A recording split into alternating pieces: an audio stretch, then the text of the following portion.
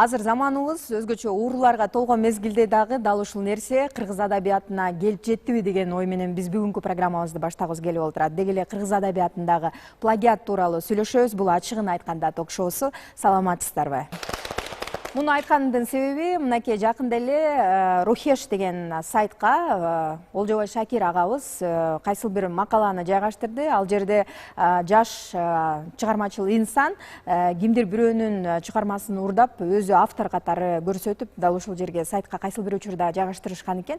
Бирок анын плагиаттыгы кармалып калып, дал ушул нерсеге кайдыгер карабастан биз дагы дал ушул кыргыз адабиятындагы плагиат деген темага кайрылалы деп чечип отурабыз. Эмесе бүгүн биз көптөгөн чыгармачыл инсандарды студиябызга чакырып отурабыз. Алардын бири Максат Жаңазиев. Саламатсызбы, Максат? Кош келипсиз биздин студиябызга. Сизди көрүп турганыбызга абдан кубанычтабыз. Деги эле кыргыз адабиятынын абалы азыр кандай деп ойлойсуз? Негизи адам жашап турган кезде адабият жашай берет дейт го. Бардык доордун жазуучулары, акындары өтө береткен, композиторлор өтө береткен. Бул өнөр уланып отуруучу нерсе экен да. Бирок мен ойлойм, азыр деле кыргыз адабиятында баягы өзүнүн мээнетин кылып, адабиятка салымын кошуп жүргөн бир топ прозаиктер бар, акындар бар.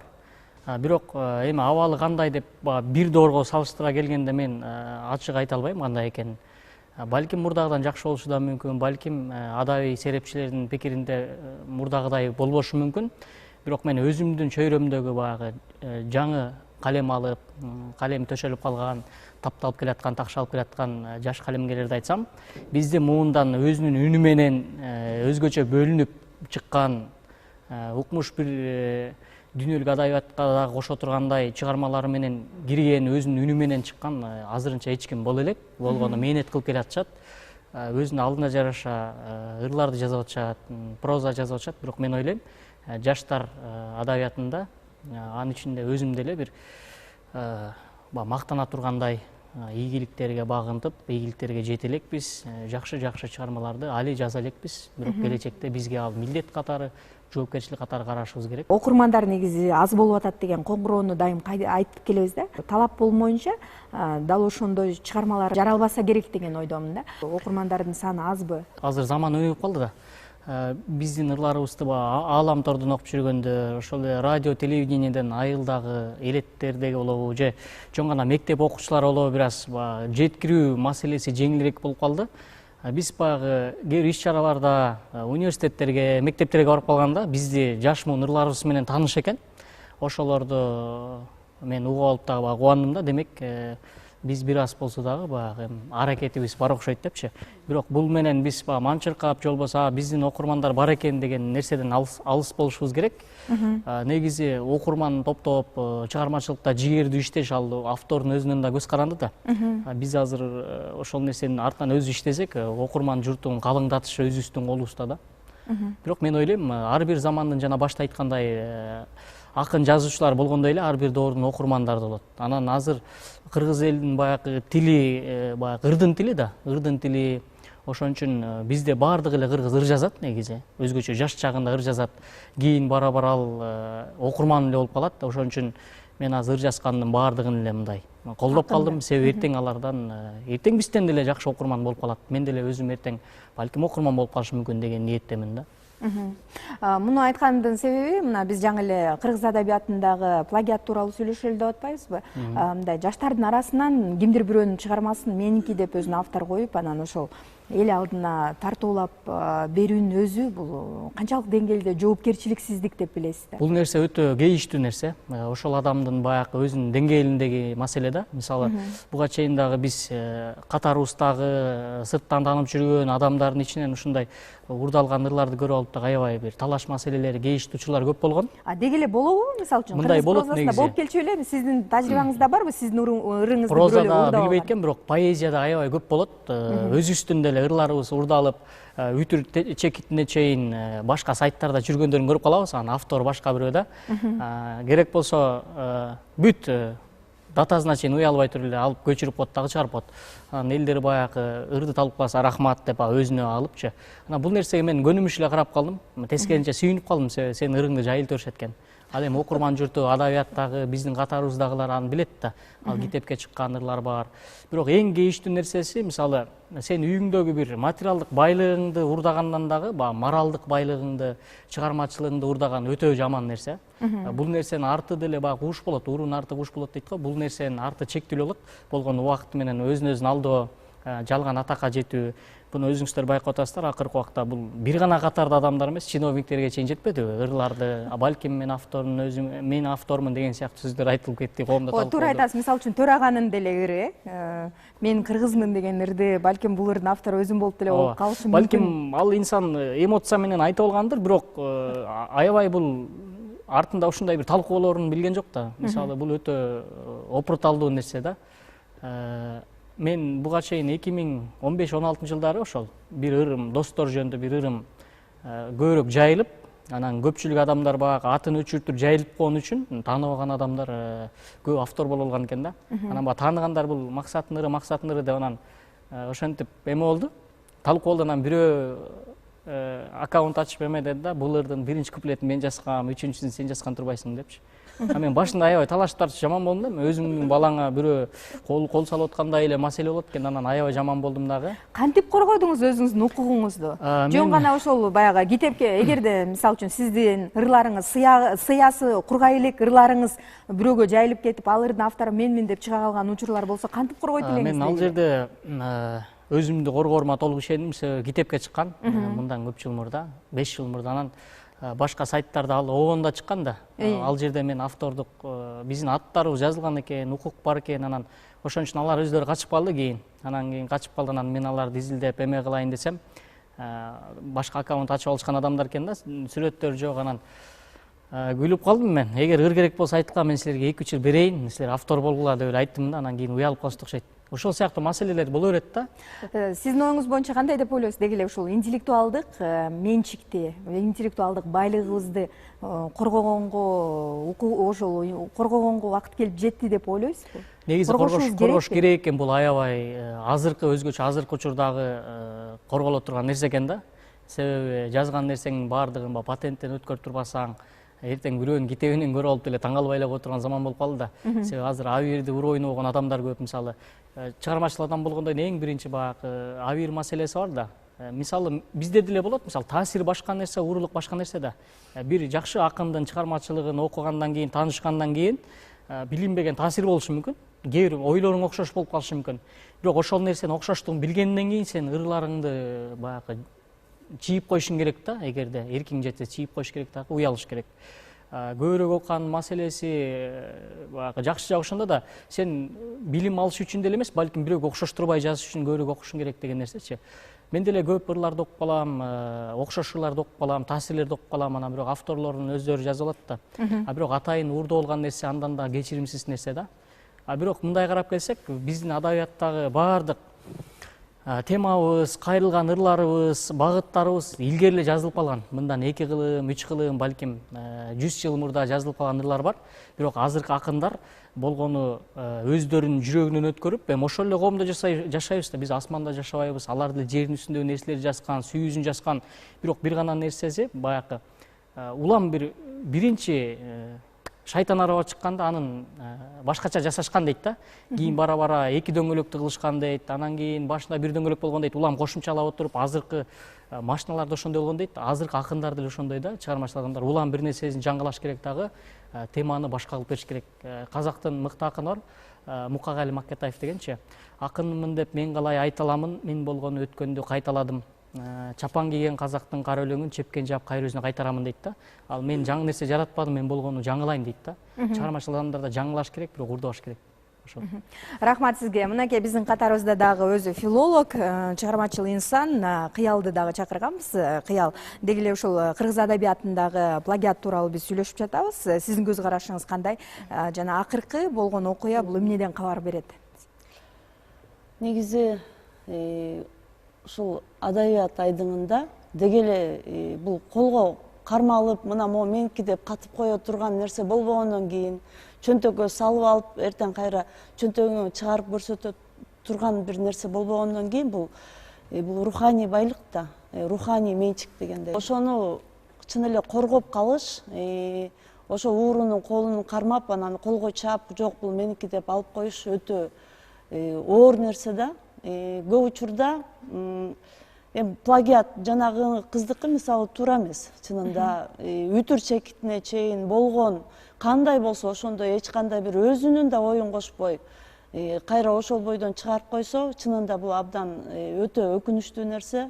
Ал кызга мен ачыгын айтканда боорум ооруйт. Анткени башка деле нерсени жасаса болот дейм. Анын артында дагы мейли бүгүн уурдайт экен, эртең уурдайт экен, анан өмүр бою өзү жаза албаса, аты чыкпаса анда кандай максат менен ошол нерсени жасап атат да.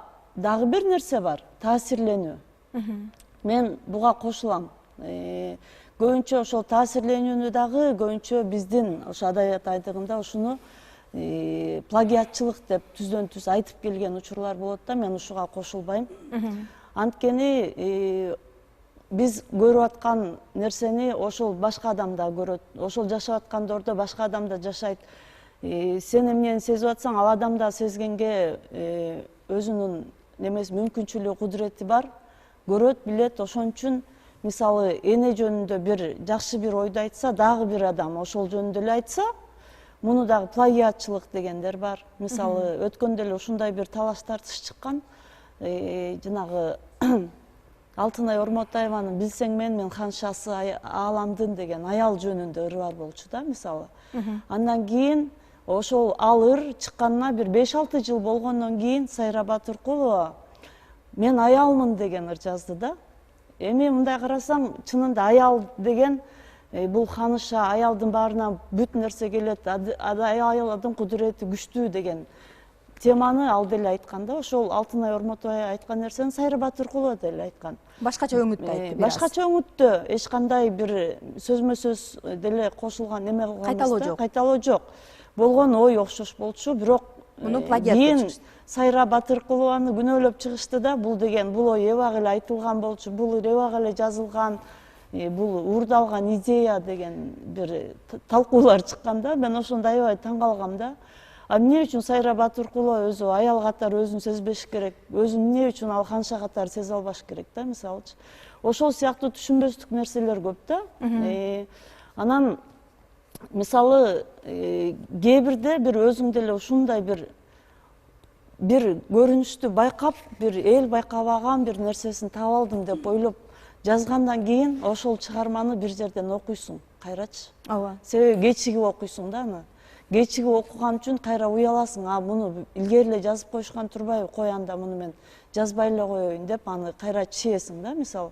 Ушундай учурлар көп болот. Ошон үчүн бул чыгармачылык деген бул чытырман токой, чоң океан, терең океан, анын түбүнө да жетүүгө болбойт. Же болбосо ошо чытырман токойду аралап бүтүүгө да болбойгон нерсе да. Анан ошол сыяктуу бул плагиатчылык деп түздөн түз айтканга да биздин укугубуз жок, чынындачы. Чын эле үтүр точкасына чейин жанагынтип неметсе ал жанагы ким Максат жанагы өзүм далилдедим деп атпайбы, китепке чыгып калган ошон үчүн далилдедим депчи. Ошол сыяктуу далилдер болсо анда каршы эмесмин. Мисалы үчүн баягы Facebook баракчасында биз дайым өзүбүз талкуу жүргүзүп, ар кандай ой пикирлерибизди ортого салып жүрөбүз да. Бул эч кимге деле жашыруун эмес. Дал ошол жерде дагы мисалы үчүн Анара Шайымкулова деген эжекебиз менин ак жарыгым деген сыяктуу бир аталыштагы концерт тартуулаган экен да. Дал ошол эжени мен ээрчиткен ак жарык деген ыр саптарынан алынган. Бул ак жарык Нарсулуу Гургубаевага таандык. Дал ошол адам менен ассоциация болот. Сиз бул ырды эч улуксаты жок эле алып ушундай концерт койдуңуз деп ошол жерден талкууга салып, ортого салып, сурак жүргүзүп атканын көрүп абдан таң калгам да. Ошол жактагы ой пикирлер дагы айтылган да. Эми ак жарык бул кыргыздын сөзү, ар кимибиз колдонгонго менимче мүмкүнчүлүк бар болсо керек. Бир эле сап да, бирок өтө күчтүү, жакшы сап чынындачы. Анан бирок аны талашуунун деле зарылдыгы жок болуш керек эле, себеби балким чын эле ошол Шайымкулова эже чын эле ошол ырга абдан таасирленип, ошол сөзгө таасирленип чыгарып атса, демек Нарсулуу Гургубаеванын ырынын максатка жеттир да алчы. Ал эмне үчүн жазды Нарсулуу Гургубаева ырды? Бирөөнүн жүрөгүнөн түнөк тапсын деп жазды. Ошон үчүн жарыялады элгечи. демек бирөөнүн жүрөгүнөн түнөк тапкан үчүн ал керек болсо ошону ырынын концертин аты кылып чыгарып атат да. Бул абдан жакшы нерсе. Буну мен таасирленүү деп эле билем. Тетиринчи Нарсулуу эже абдан сүйүндүү болуш керек деп ойлойм. Нарсулуу эже анчалык деле ал сөздү менин сөзүм болчу деп талашкан деле эмес болуш керек. Ал андай деңгээлдеги адам эмес. Аны башка бирөөлөр ошо социалдык тармакта активдүү инсандар дал ушундай ортого салып. Чынында Нарсулуу эже сүйүнгөн эле болуш керек.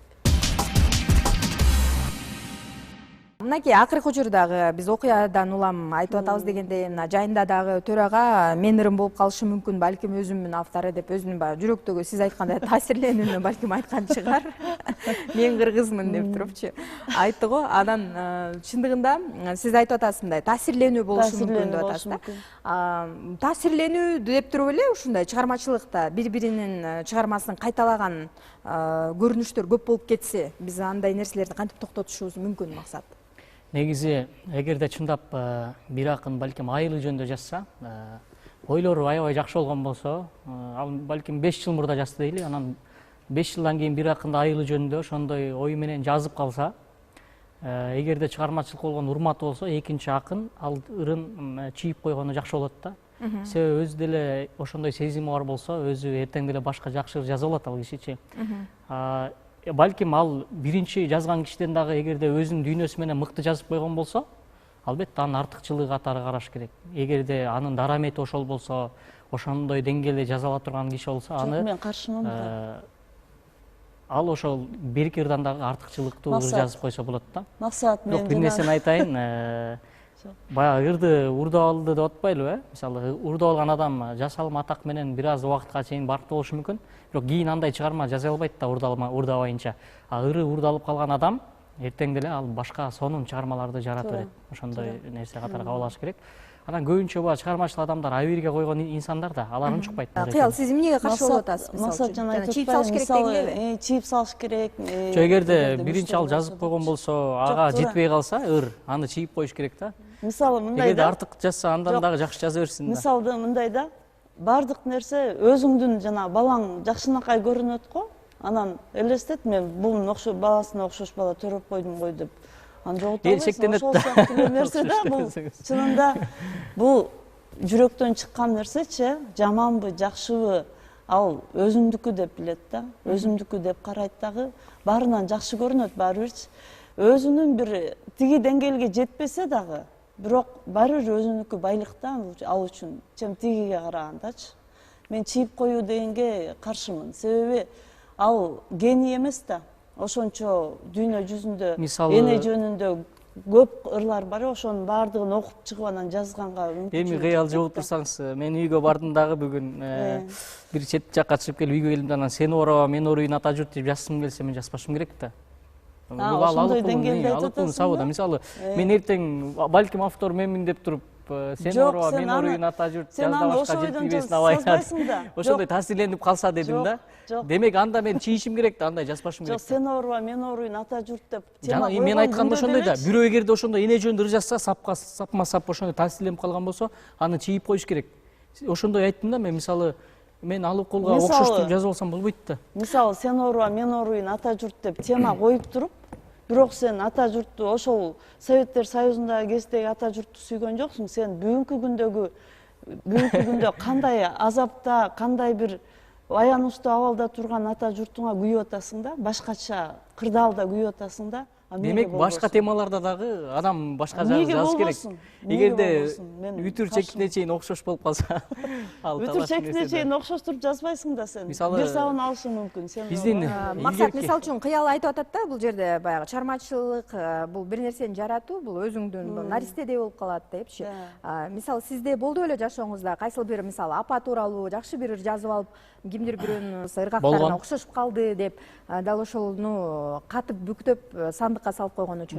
Болот. Мисалы, мен ошо студент кезде ушул ыр дүйнөгө аябай кызыгып, чоң акын эжелер менен жакындан таанышып, чыгармачылыгына кызыккандан кийин, ооба менде болгон себеби ал өзүңө билинбеген дагы, билинген да таасирлер болот да. Мисалы, сүйүү жөнүндө жакшы окуп калсаң, мисалы, окшошуп таасирленишиң мүмкүн, бирок кийин бир жерден уккандай боло бересиң баары бирчи.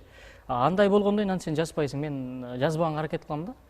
Эгерде кээде бир таасирлер болот, бир жакшы чыгарма окуп туруп эне жөнүндө, балким сен ата жөнүндө сонун ыр жазып коюшуң мүмкүн да. Ал акындын биринчи жазган акындын жүрөктү ойготкон саптарында да күчтүүлүкчү. Бирок айтайын дегеним ошо да, мисалы башка таасирлениш керек да, башкача болуш керек. Себеби адабияттын талабы ушул деп атпайбы? Бул ам жаңылануу болуш керек дейт да. Эгерде мурдагыдай эле кайталай берсең, сен чыгармачыл адам экениңдин айырмасы кайсы дейт андачы. Бирок окшошор. Ошондуктан өзүңдүн жолуң менен кет деп атпайбы? Мен айтарым, биздин муундан эч ким жаштар өзүнүн жолун таба элек азыр. Баардык изденүүнүн жолунда. Биздин баардык калемдештердин деле мен жанын айта алам, баарыбызда таасир бар болушу мүмкүн. Ошон үчүн колдон келишинче өзүбүздүн жол тапканга, эгерде башта айткандай таппай калсак, биз окурман боюнча кеткенге дагы биз эркибиз болуш керек. Биздечи менимче таасирден улам жазылган ырлар тетиринче аз деп ойлойм. Себеби азыркы жаштар дегеле, анын ичинде мен деле көп китеп окуганга мындай өтө эле неме кыла бербейбиз да, убактыбыз жок. Өтө эле дилгир эмеспиз. Мурдункулар деген күн түн дебей окуп, кайсы жерде жүрбөсүн колтугуна кысып алып окуп, кайсы жерде жүрбөсүн жанталашып маршруткада кетип баратабы, окуй атабы. Мен жаштардын дегеле жалпы эле азыркы коомчулукта китеп окуганга адамдын убактысы дагы, ошого жараша анын шарты дагы кичине мындай алсызыраак болуп атат да, чын-чынында. Буну моюнга алыш керек. Анан таасирден улам жазып калдым дегендин дагы көп учурда мындай чындыгы көп жок болуп калат да, себеби таасирленүү жок да, почти жок болуп атат да. Китеп окубаган үчүн жок болуп атат, менимче. Анан көбүнчө жанагы ким Максат айтып атпайбы? Бүгүнкү күндө жаштар өсүп келатат, бирок өз ордун таба элек, дагы ошо адабият өзүнүн деңгээлинде неме мындай күчтүү бир акын чыга элек депчи. Бизде менин көз карашымда тетиринче Советтер Союзундагы жасалма акындарга караганда бүгүнкү күндө мындай Советтер Союзунда атайын чоң бир айдоону, атайын жерди айдап туруп, атайын үрөндү сээп туруп анан өстүрүшкөндөй да. Мисалы бүт акындардычы, себеби ошондой колдоо болгон. Бардык жана гонорар төлөнүп берип турган. Темаларды да калгалы аныктап берип койчу, менимче. Тапшырмалар менен кошо идеология бар эле. Цензура деген болгон. Бүгүнкү күндө болсо ошол айдоо жер каралбай калган да. Бирок качан жаан жайт деп күтүп, ошо жаан менен табигаттын өзүнүн гана немеси менен өскөн, жана кайрак жерде өскөн гүлдөрдөй, кайрак жерде өскөн бир жакшы чөптөрдөй, дары чөптөрдөй болуп, жаманбы жакшыбы өсүп келатат. Ал ошо кайрак жер таптакыр жок болуп калган жок, такыр болуп кеткен жок. Буга да шүгүр кылышыбыз керек. Себеби бизде эгерде ошондой шарт болгондо балким таптакыр башкача болот беле, балким дүркүрөп, өнүгүп өсөт беле. Максаттан дагы бир башкача бир деңгээлде бир акынды, Расул Гамзатовтай акынды, мисалы Зайырбек Ажматовду Гамзатовго неге теңебешибиз керек? Эгерде бүгүнкү күндө жанагындай ырларды жазып атса, анын ырларын качан төрага талашкандан кийин жанталашып, бул Ажматовдун ыры турбайбы, Ажматов деген ушундай кыргыз жөнүндө күйгөн ушундый ырларды жазган турбайбы деп анан эл таанып атат. Чын-чынына келгенде.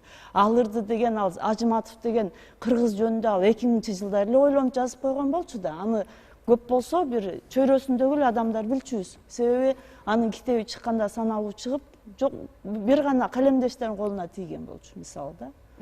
Ошол сыяктуу нерсе бар да. Анан бүгүнкү күндө адабият жок, анан жанагындай өзүнүн деңгээлинде эмес дегенге болгону көкүрөк бар, бардык нерсе бар, болгону ошол шарт жетишпейт биринчиден. Экинчиден адабий сындын жоктугу ошол нерсени жазып атат да. Биздечи боло турган бир жакшы нерсебиз бар, бүт материалдар бар, бирок андан эмне жазайбыз? Там курабызбы же боз үй жазайбызбы же эмне кылабыз? Белгисиз болгондой. Мисалы, мен жалпы адабият жөнүндө баягы айткан жерим жок го, себеби биздин агай эжелердин ичинде улумуунда дүйнөлүк адабияттын талабына жооп бере турган күчтүү акындар бар да. Мисалы, Сагын Акматбекова аялдар поэзиясынан биз сыймыктанган эжелер бар.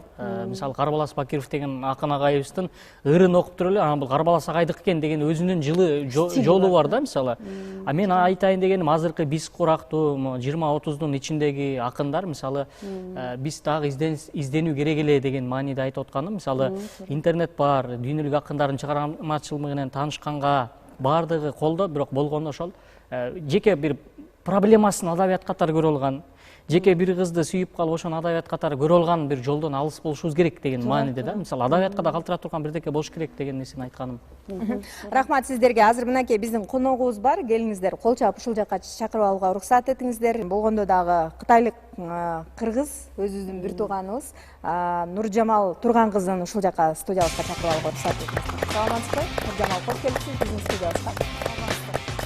Биз бүгүн баягы сиз өзүңүз угуп тургандай эле кыргыз адабиятындагы чыгармачылыктагы плагиат тууралуу сүйлөшүп атабыз. Чыгармаларды баягы жазуучулар, акындар бири-бириникин бири меники деп алып, автору катары өзүн көрсөтүп жазып, ошо элге жайылтуу иштери тууралуу сүйлөшүп жатабыз. Деги эле сиздин оюңузду билели дедик элек да. Кыргыз адабиятты окуп турасызбы? Биздин Кыргызстандагы адабият сиз үчүн кызыктуубу? Ооба, кызыктуу. Себеп дегенде алды менен жалпы Кытайдагы кыргыздардын атынан кыргыз бордошторго жылуу салам. Негизи биз биякта болуп аткан ырлар, оондор, сөздөр бардыгы Кыргызстанда көбүрөөк орусча окуса, биздин кытайлык кыргыздар көбүрөөк Кыргызстандын ырларын көп угабыз, сөздөрүн, бардык акындарды тааныйбыз, бардык ырчыларды тааныйбыз. Жаңырлар биринчи болуп бизге барышат, бүгүн чыккан жаңыр эртеси бизге барышат. Анан ушул азыркы болуп аткан абдан жакшы талкуу болду. Себеп дегенде ушул жөнүндө мен өтө көп ойлоп, өтө көп таң калгам да. Биз жакта Кытайда мыйзам аябай күчтүү. Бардыгыбыз мындай мыйзам катары көрөбүз. Аябай тартиптүү. Ушул автор жөнүндө, ушул ырдын сөзү, оону автор жөнүндө аябай күчтүү мыйзам бар. Өзгөчө мыйзамдары бар. Мурда биз бир 10 жыл алдарында бир-эки угуп калганбыз, эми ушундай бирөөнүкүн бирөө меники кылып алды эле. Анан мынча акча сумма төлөп бериптир, камалып Айып пулга жыгылат турбайбы, сиздерде? Ошондон кийин биз өзү андай нерсе уккан жокпуз да. Себеп дегенде бул бир адамдын мөмөсү, бир адамдын жемиши, ошонун мээнети. Аны Кытай мамлекетти катуу баалайт да, катуу барктайт. Анан ырчы дагы ошол ырды автордон уруксатынан алган кезде авторго чоң суммада акча берип, патентин өзүнүкү кылып алат. Авторун автор деп жазат, бирок ошол ырды ошол ырчыдан башка эч ким ырды албайт. Автор дагы ошол ырды эч кимге бербейт. Ошондой мыйзамды нотариальный кылып өзүнүкү кылып алат. Аны дагы аябай чоң сумма берип өзүнүкү кылат да. Биз азыр обондуу ырлар тууралуу кеп кылып жатабыз, Сиз обондуу ырлар тууралуу, себеби дегенде өзүңүз дагы ушул жаатта эмгектенесиз, өзүңүз ырчысыз дегендей. Сиздер тарапта бардыгы мыйзам чегинде, мыйзам менен тартипке келтирилген турбай бардык нерсечи. Мисалы үчүн адабиятта бир уруулар болушу мүмкүнбү? Кытай элинин кайсыл бир жазуучусу чыгарган чыгарманы, мисалы үчүн кыргыздардын арасынан меники деп жазып алган учурлар болду беле сиздерде же андай учурлар таптакыр жокпу? Ошонун бардыгы ошо баягы автор, ошон автордун өзүнүн мыйзам окуого катуу мыйзамда корголот. Мыйзам түрүндө корголот. Анан эгерде ошол автордун сиз айткандай бирөөлөр өзүнүкү кылып алса, авторду руханий зыян деген бар. Мен руханий зыян тарттым деп автор сотко берсе болот. Бул руханий зыян деген рухум зыян болду деген нерсеге бунун баасы чектелбейт. Ошол каалаган суммасын талап кылганга актуу да. Ошон үчүн эч ким буга өзүнүкү кылып алганга акысы жок. Катуу биздин мыйзам катуу күчтүү. Мындай өтө мындай опурталдуу маселе болгон үчүн аяр мамиле кылат турбайсыздарбы? Сиздер кимдир бирөөнүн ырын ырдап жатканда дагы, мисалы үчүн сизге кайсыл бир обон, кайсыл бир ыр жагып калды деп коелу. Сиз сөзсүз түрдө өз алдынча изилдөө жүргүзүп туруп анан ырдап чыгасыз эле алдынан. Сөзсүз изилдейбиз. Кыргызстанга келгенде да ошондой болдум. Жактырган ырларымдын ар түрлүү жолдор менен авторун издеп, таап, макулдугун алып, жазуусун атын жаздырып, анан ырдап ошондой. Демек, юридикалык жактан дагы баягы уруксаты менен алып, анан ырдаганга бел байлайт турбайсызбы? Авторду да ыраазы кылып, ушуну башкага бербейсиз дегендей деңгээлде ыраазы кылып, анан ырдадым да. мындай мыйзам иштеген жерде дайым болот. баардык нерсе иреттүү жана тартиби бар десем туура болот болуш керек. Акылым жетпей атат да бир нерсегечи. Мисалы ошондой чектерди кое бере турган болсок да, мисалы бир ыржагып калды деп коелу, анын автору өтүп кеткенби же эмне болгону белгисиз болду деп коелу да. Анан ушунун автору жок эле деп анан коркуп болгон ошол чыгармачылыкты чектеп коюунун өзү жакшыбы? Мисалы илгери деген мындай болгон да. Илгери деген Манастын канча вариантын айтышкан, айта беришкен да, туурабы? Ошол сыяктуу эле жана төкмөлөрдө эле биринин бирин ырын ырдашып, ушинтип төккөн деп. Ал төгүп атканын дагы бирөө төгүп отуруп, ал кимдин ыры экени дагы белгисиз болуп калган, бирок элди байытып, элдин руханий дүйнөсүн байытып, ошого кызмат кылды да ошол чыгармачы. Кимдики экени ал башка маселе. Негизги максат, чыгарманын негизги максаты ким жаратпасын аны. Баары бир элге жетиш керек жана ошол ишке ашыш керек да, бир тарбиялык мааниси бир адам жүрөгүнө жетиш керек да. Деп ойлойсуз сиз? Мен ошондой чектөөлөрдү эгерде киргизе бере турган болсок, бири-бирибизди соттой бере турган болсок, анда кой эле соттолуп кетер алым жок деп бир нерсеге таасирленсең, жазгандан коркуп отурсаң, бир нерсеге окшош бир нерсе чыгып калса, аны чыгаргандан коркуп отурсаң, анда чыгармачылык деген өнүкпөйт менимче. Бул орток нерсе, бул деген менталитет, орток бир ой. Ошону гана кайсы бир адамдар ар кайсы формага салып жазуу деген сөз да, менимче. Анан бул нерсенинге мен каршымын, мисалы. Өтө эле. Мындай элдик ооз-эки чыгармачылык мынакей кыял айткандай биздин Кыргызстаныбызда абдан өнүккөн да, мисалы ошол эле чыгармалардын баардыгы бизге именно ошондой мыйзам жок болгон үчүн өнүккөн да. деп ойлоп атасыз. Сиздин оюңузча азыркы учурда эми 21-кылымда адамдар өзүнүн укугун коргоп калган учур дегендечи.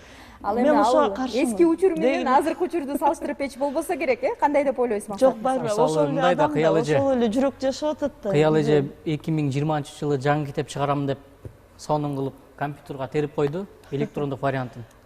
Андан кийин эле эртең 2019-дун аягында башка бирөө жаңы китеп чыгарып салса, ошондо түшүнөт элеңиз да.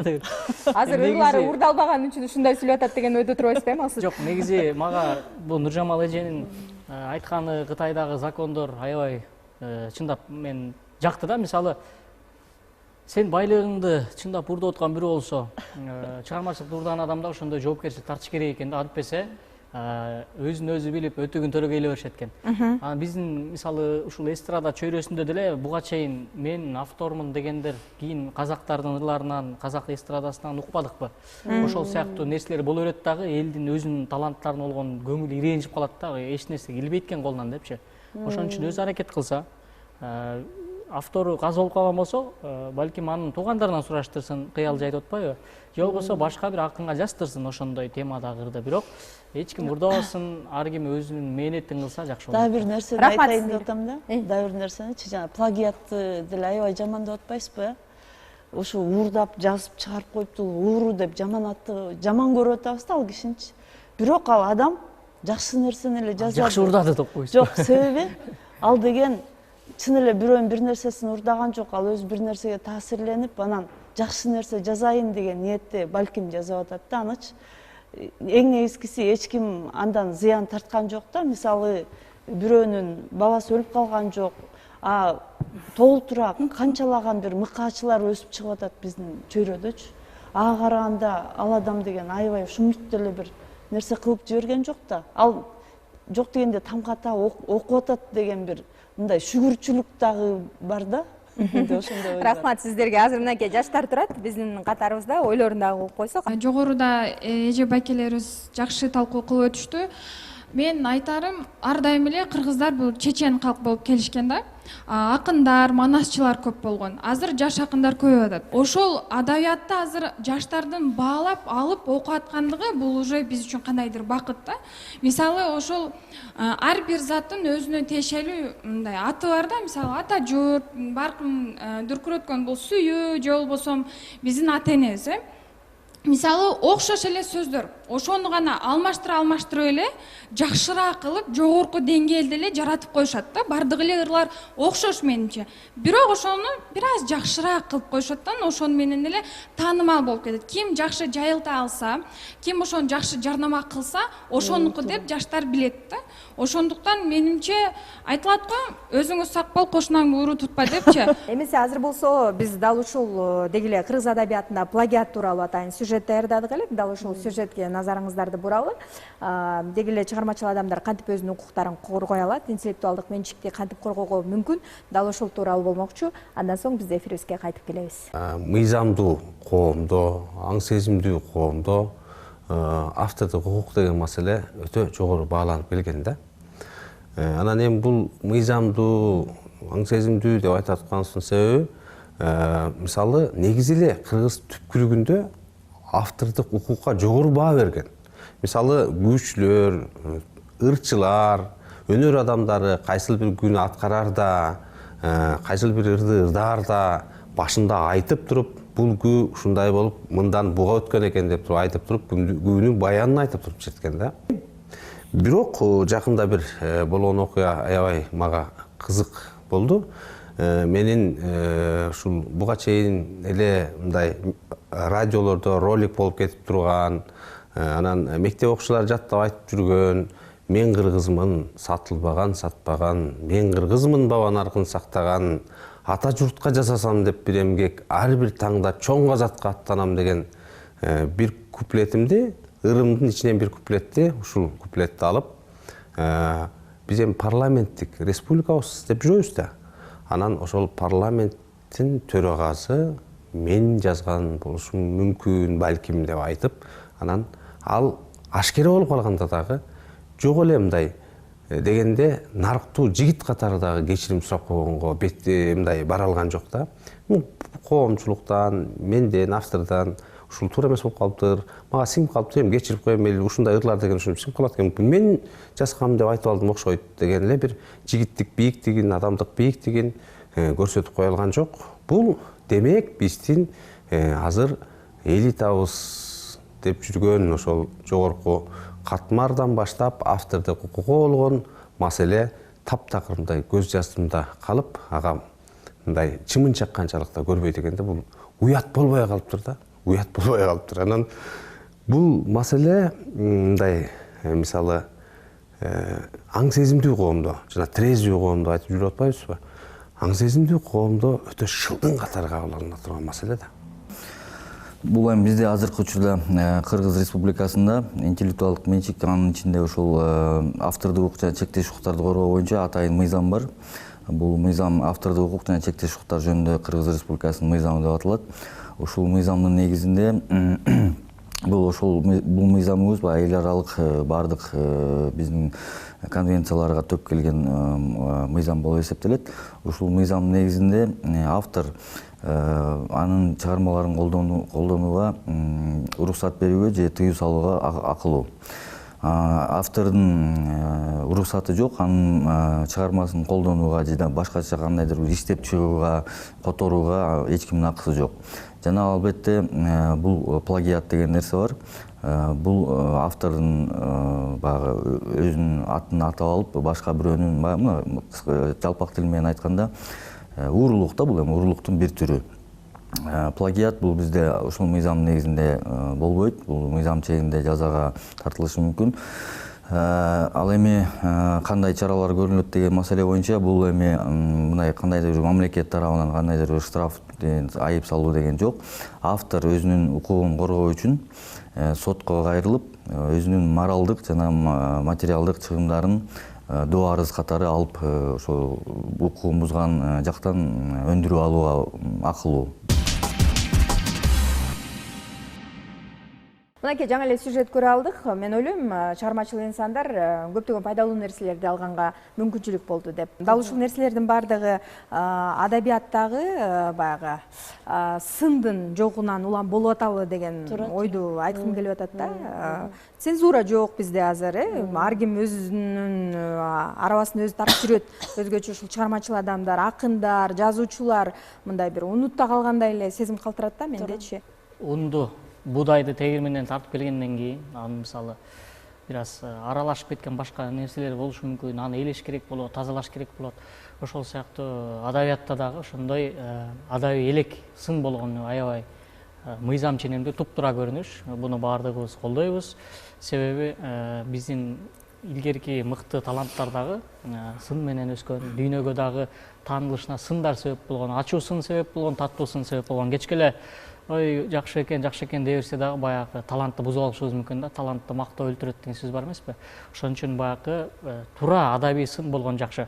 Бирок дагы бир чети бар, мисалы кээ бирлер мисалы пендечилик кылып, бирөө жакпаган кишисин эгер сындай турган болсо, жеке жашоодогу пендечилик кызыкчылык үчүн аны өлтүрүү сындаштын мааниси жок да. Эгерде ал чындап сын көз караш менен караса, кемчиликтерин ачып берсе, артыкчылыктарын көрсөтүп берсе, ошондо жакшы сын болот.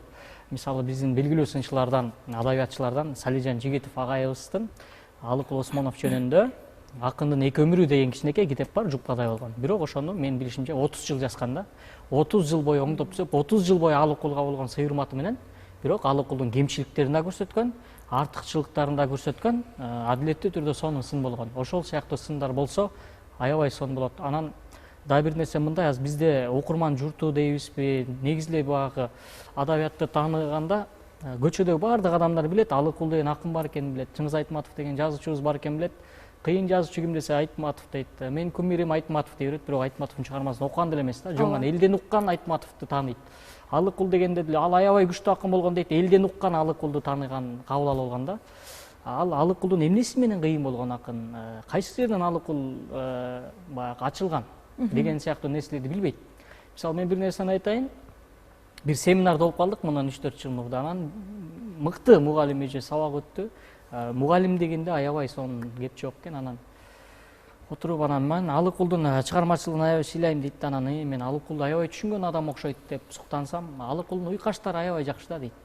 Негизи Алыкулдун ыр техникасына келсек, Алыкулда уйкаштык деген балким андай деле эмес да. Анын ички уйкаштыгы, ички ырдын маңызы жөнүндө айтып берсе балким жакшы болмок. Биз мектепте балким адабиятты туура эмес, балким эски багытта окутат окшойбуз да. Ошон үчүн Айтматовду тааныганда дагы эмнеси менен Айтматов болгон, кандай жолдорду басып өткөн деген сыяктуу нерселерине карай билсек, аябай жакшы жолго кайрадан кайрылмакпыз. Кыял, сиздин оюңузду билсек. Негизи могу адабий табит болмоюнча адабий сындын өсүшү да кыйын да. Мына менин балким башкача болушу мүмкүн, бирок азыр мен адабий чөйрөдө жүргөн мындай өзүмдүн көз карашымда мына Даутов, Кадыркул Даутов агай ошол сындын тарыхын жазып, адабий сын боюнча бизде колго кармар, көзгө сүртүп көрсөтөр гана адамыбыз ошол калды да. Андан кийин Садык Алахан агай келатат. Бирок мисалы Даутов агайды эч ким тааныбайт. Ал сынчы экенин көбү да билбейт да. Себеби ал агай деген интернет менен иши жок адам да. Мисалы да. Ошон үчүн гана билишпейт да, мисалычы. Ошол сыяктуу адамдар көп да. Ал эми интернет жана ушу ааламдашуу тетиринчи ушу адабий табитти өлтүрдү да. Себеби майда чүйдө нерселер, жанагындай кызыл тазыл нерселердин баардыгын элдин көңүлү бурулуп кетип атып, жанагы уютку, маңыздуу бир мындай дайнектүү нерселерге көңүл бөлүү, олуттуу бир нерселерди карманып калуу дегендер өтө аз болуп атат да. Ошондон улам болуп атат. Себеби адабий сынды жүгүн көтөрүп жүргөн адам сөзсүз түрдө өтө потенциалы күчтүү, руханий дүйнөсү күчтүү адам болуш керек да. Биздин адабий сындын жоктугунун деңгээли көрсөткүчү бул бүгүнкү күндө ошол окурман журттун жоктугу, деги эле адабий табиттин жоктугунан кабар берет да. Анан адабий сынчылар өздөрү дагы окуучуларын даярдаш керек эле да. Бирок адабий сынчылардын табити ушундай болот экен, көбүнчө алар өзү менен өзү алек да. Себеби ал чыгармалар өздөрүнүн иши көп да, мисалычы. Ошолор көбү ушул жаатында дагы көптөгөн иштер алып барылышы керек турбайбы? Сиздердин оюңуздар боюнча. Өтө зарыл нерсе да. Окуучуларды тарбиялаш керек, шакирттерди тарбиялаш керек. Дал ошол учурда гана кыргыз адабияты өкүндөп өсөт. Азыркы учурда өтө курч маселе ошол да. Анан дагы бир нерсе, могу сынды катардагы эле адам деле айта бериши мүмкүн да, бирок жанагындай окумуштуулук даражада өтө бир илимий механизми болуш керек да. Билип айтыш керек да анычы. Анан таң калганым, бизде окумуштуулар көп аябайчы, бирок антейин десең. Адабият боюнча кандидат жактап аткан кандидаттар абдан көп. Темалар да абдан көп. Ой, бул тема эбак изилденип бүткөн деп тема издесең деги эле табылбайт да. Издейин десең, бирок сынчылар изденейин десең тема табылбайт, бирок баягы эле адабияттын көрсөткүчү жок, жыйынтык жок да. Анан баягы кандидат науктар эмне кылып атат десек, алар деле сынчылык неме менен ар бир чыгарманы талдаган сайын ошол сынчылык милдет кетет да. Анан таң каласың да, ошондо бул жагы кандай болуп атат деп, мисалы Арабаевда бар, БГУда бар, Улуттук университетте бар, Академия науктар эле канча тил институтунда канчалаган кандидат науктар бар, канчалаган темалар жакталып атат мисалычы.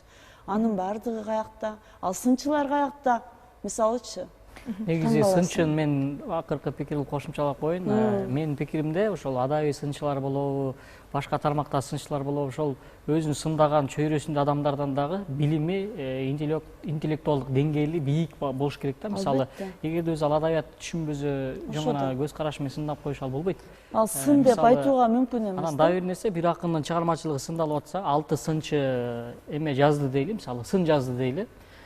Кандайдыр бир деңгээлде 6-дан 4-өөсү бирдей көз карашты айтышы керек эле да. Анан ар ким көз карашын айтып берсе, менин оюмча бул сын болбой калат го. Себеби сындын да бир өзүнүн жолу болуш керек да.